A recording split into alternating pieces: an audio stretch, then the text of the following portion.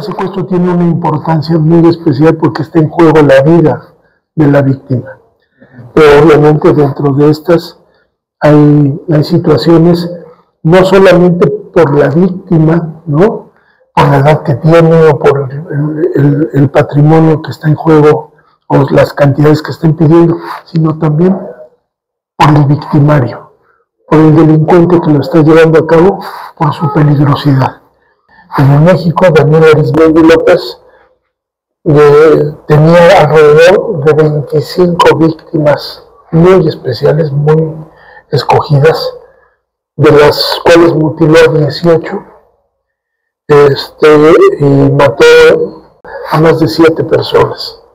Entonces, y es el delincuente que en todo el mundo ha juntado la mayor cantidad de dinero por el pago de secuestros. Él solo, dirigiendo a su banda, cobró más de 40 millones de dólares. No era fácil enfrentarse a él. Las veces que tuvimos que negociar con él, pues era realmente una responsabilidad muy grande, porque si las gentes no sabían o no estudiaban a este delincuente, incurrían o caían en el error de tratar este secuestro como algo tradicional o normal. Y en ese trato que él percibía, mutilaba a la gente, le decía: le voy a meter la presión. Y era cortarle una oreja y le bajaba un 15%, ¿no?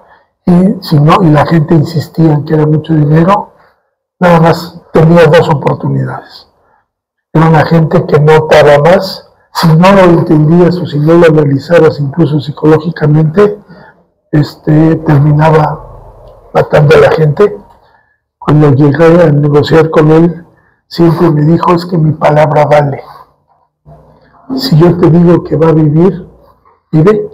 Si yo te digo que va a morir, cuenta con que va a morir. No puedo dejar de cumplir mi palabra porque después nadie me va a creer. Afortunadamente, a Dios gracias, dio resultado la negociación que tuve con él, aun cuando fue muy cuestionado incluso hasta por las familias, porque mis negociaciones no son tradicionales.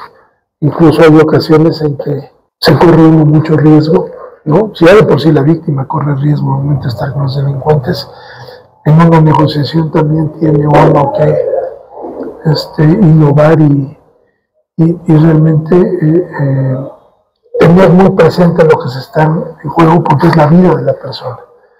Y las veces que me enfrenté a él, incluso hasta después, porque yo fui quien en su momento, durante un par de años, fui prácticamente el único que dio cara ante la televisión para hablar del Mochaorejas, porque nadie quería hacerlo, ni las propias autoridades, porque sabían la hazaña y la maldad que tenía esta gente. Y diseñé yo mi propia estrategia. Llegué incluso a hacer un ofrecimiento de recompensa del patrimonio, con el patrimonio de las víctimas que él tenía, pero lo llegué a hacer público y prácticamente lo traía yo apañado, como decían, ¿no? Pero mi estrategia dio resultado hasta que fue capturado en 1998.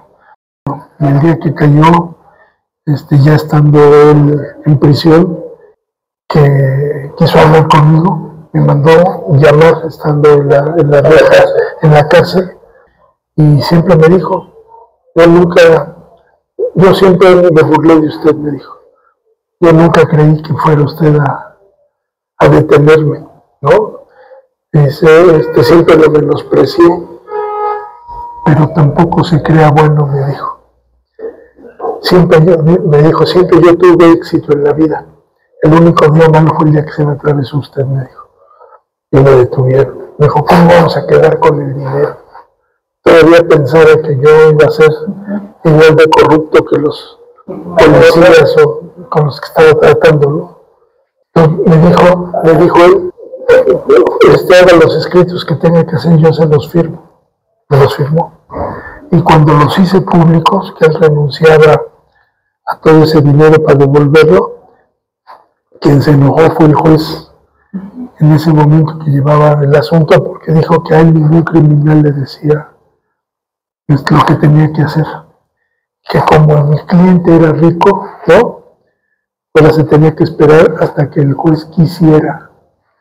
Y no querían devolverle ni los jueces ni los ministros de la Suprema Corte el dinero, ni siquiera la policía. Entonces tuve que enfrentarme contra el Estado para que realmente me devolvieran la parte del dinero, y fue el presidente Zedillo que dio la instrucción para poderme devolver una parte del dinero, porque quienes se oponían eran los ministros de la Suprema Corte en ese entonces. Realmente, pues, el enemigo estaba en casa, ¿no? Y transformaron la ley para hacer después, no sé si recuerden, pero anteriormente el dinero producto de algún delito pasaba a la beneficencia pública. Ahora no. Enviaron tanto dinero que ahora pasa primero a la PGR, a la policía, ¿no?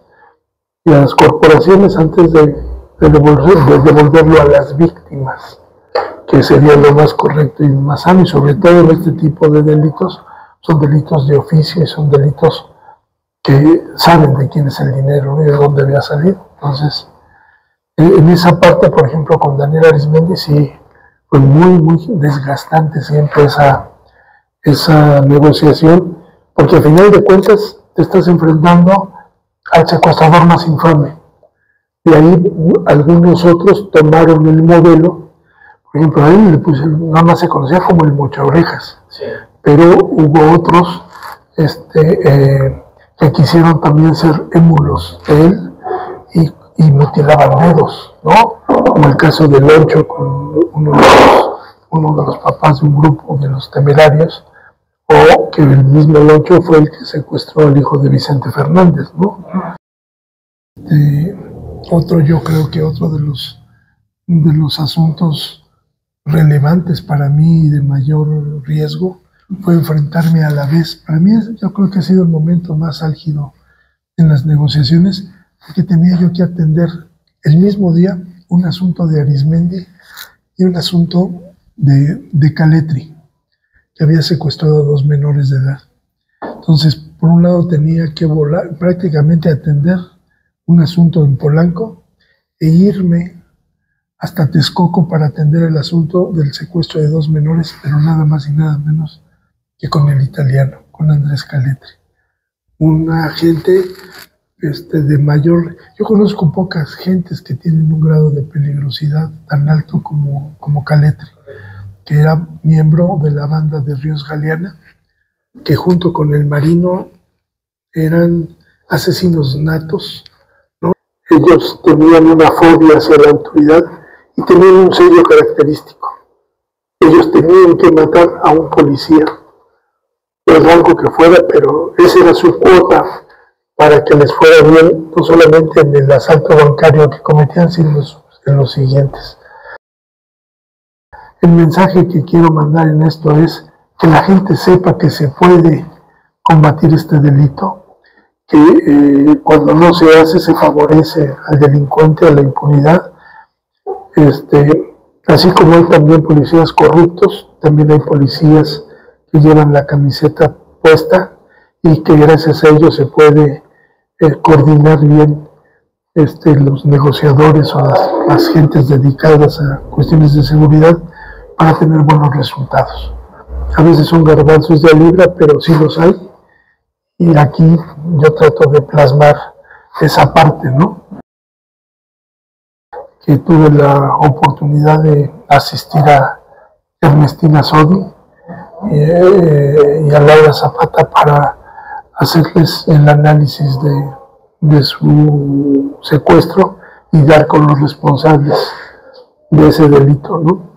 Yo me tardé tal vez 1 año y medio, casi 2 años, en dar con ellos, pero dimos realmente con los verdaderos responsables y los llevamos a juicio, fueron capturados y se demostró su responsabilidad en esa parte del ilícito, porque ha sido el secuestro más publicitado en México. por lo que ellas representaban, ¿no? Lamentablemente México desde hace más de 20 años es líder mundial en figuras de secuestro. Entonces cada secuestro con características especiales. Lamentablemente México también ha sido exportador de una serie de figuras, ¿no? Los secuestros express, ¿no?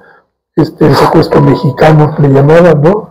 O el secuestro de la tortilla, ¿no? Que luego le hacían, o el secuestro de ciertos deportistas y todo, que han sido tomados de aquí, de la misma experiencia mexicana, que no es algo que lo que se debe uno vanagloriar, pero lamentablemente la influencia de los secuestros en México nos coloca como el país donde más secuestros económicos se cometen en el mundo. Entonces, Colombia quedó hace años muy atrás. En este sentido, Colombia, España, vamos, son párvulos a lo que está aquí en México, ¿no? El secuestro, cuando surge como delito y empieza a ser legislado como tal, realmente estaba catalogado como un delito patrimonial, porque nada más se veía la afectación económica y tenía que ver con la ambición de los secuestradores, ¿no? Con la exigencia de querer obtener la mayor cantidad de dinero a costa del sacrificio y la emoción de la otra persona. Pero los primeros parámetros de negociación los fija el delincuente. Él fija su tope en la cantidad que él desea recibir, pero la realidad es otra, ¿no? No toda la gente tiene la disposición efectiva para hacer frente a esas exigencias, y uno tiene que ir analizando realmente cuál puede ser la verdadera posibilidad económica de lo que pueda pagar la familia por su víctima. Pero también es eso, entra también a acomodar realmente la voluntad real de la familia por pagar, ¿sí? Porque hay ocasiones, sobre todo en el caso de las mujeres, que es demasiado difícil poder determinar el precio, porque ellas, por el peligro al que están expuestas, quisieran pagar el 100% de lo que les piden. Pero lamentablemente ellas consideran que sus amigas van a cooperar y van a hacer hasta tandas para sacarlas, y realmente es un delito donde, cuando realmente a veces necesitas a los amigos y todo el mundo se desaparece, porque incluso se sienten como puestos, ¿no? Que si prestan los van a secuestrar ellos después, y entonces ahí se acaban las amistades también, ¿no? Entonces es muy difícil poder determinar eso, pero tiene uno que hacer un balance entre la realidad económica efectiva que se puede dar, ¿no? Y la temporalidad. Son otros factores que hay que tomar en cuenta, ¿no?